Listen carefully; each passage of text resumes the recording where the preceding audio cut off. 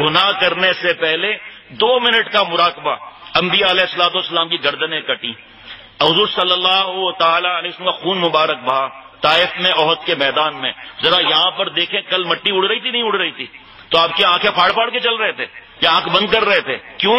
آنکھ میں مٹی کے ذرات نہ گھس جائیں، اس لیے ہم آنکھ بند کر لیتے ہیں. اور جب اپنے علاقوں میں جاتے ہیں تو نامحرم کے ساتھ ایک دسترخوان پر بیٹھ کر کھانا کھاتے ہیں.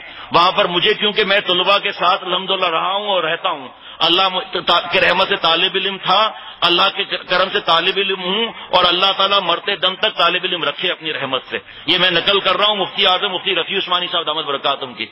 جناب 8-9 مہینے پہلے فرمائی تھی یہ بات کہ میں طالب علم تھا، طالب علم ہوں اور طالب علم رہوں گا. تو حضرت فرماتے تھے کہ میں آپ کو اپنی بات بتا رہا ہوں نا، دوستوں کی اپنے، کہ شیخ ہم اپنے گاؤں جاتے ہیں، اگر نامحرم سے ہاتھ نہیں ملائیں تو یہ علامت ہوتی ہے کہ ان کے آپس میں حرام عشق ہے. لوگوں کو بکواس کرنے دو، اس کی وجہ سے ہم نامحرم سے ہاتھ ملائیں گے. وہ ہمارے نامحرم جو ہمارا ماتھا چومتی ہیں. ایک طالب علم ہے، وہ کہتے ہیں ہم مر جائیں گے لیکن اب نہیں کریں گے. جا کے ان کے حالات دیکھو، پورے خاندان نہیں، پوری برادری نہیں، پورے گاؤں سے یہ رسم نکل گئی اللہ کے کرم سے. اور آج جس کو عقل نہیں ہوتی وہ نامحرم کو کہتا ہے آپا اور گلے لگا لیتا ہے. حج سے آتے ہیں الو قسم کے لوگ، وہ نامحرم کو گلے لگا دیتے ہیں، آپا مبارک ہو. بھائی یہ کیا کر رہا ہے؟ کہ خانہ کعبہ کا نور ٹرانسفر کر رہا ہوں. نامحرم کے سینے میں نور ٹرانسفر کر رہا ہے بھائی صاحب. اور اپنا پاجامہ نہیں دیکھتا کہ گندا ہو گیا پاجامہ. احرام کے اندر ہیں اور ایروسٹس آ کر پوچھتی ہے کہ حاجی صاحب کیا لوگے، چائے یا ٹھنڈا؟ دیکھ کر کہتے ہیں دونوں لے آؤ. پاجامہ گندا ہو رہا ہے، اس کی فکر نہیں ہے. تو عرفات کے میدان میں نظر کی حفاظت نہیں ہے. ایک غور سے سننا بھائی، ہنسنے کی بات غور سے سنی جاتی ہے، اگر نہیں ہنسیں گے تو پھر میں دوبارہ نہیں بتاؤں گا.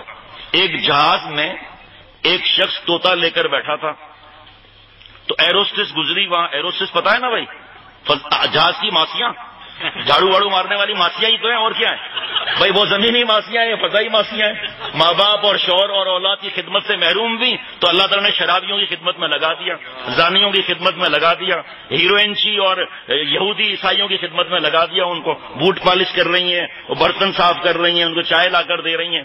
تو وہ طوطے کو ساتھ لے کر بیٹھا تھا. تو طوطے نے ایروسٹس کو، فضائی ماسی کو دیکھ کر آنکھ ماری اور سیٹی ماری، پھو کر کے سیٹی ماری. تو ایروسٹس ہستی کا یو نوٹی.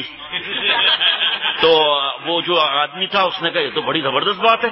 پھر ایروسٹس آئی تو اس آدمی نے اس کو کہا پھو سیٹی ماری، پھو کر کے کوئی سیٹی ماری اور صرف آنکھ بھی ماری.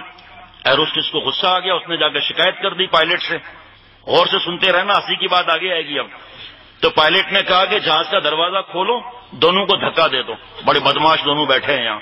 تو جب دروازے پر آئے تو طوطے نے پوچھا کہ کیوں سیٹ صاحب اڑنا آتا ہے؟ کہ نہیں. کہ پھر یہ کمینہ پن کیوں کیا تھا؟ پھر یہ کمینہ پن کیوں کیا تھا؟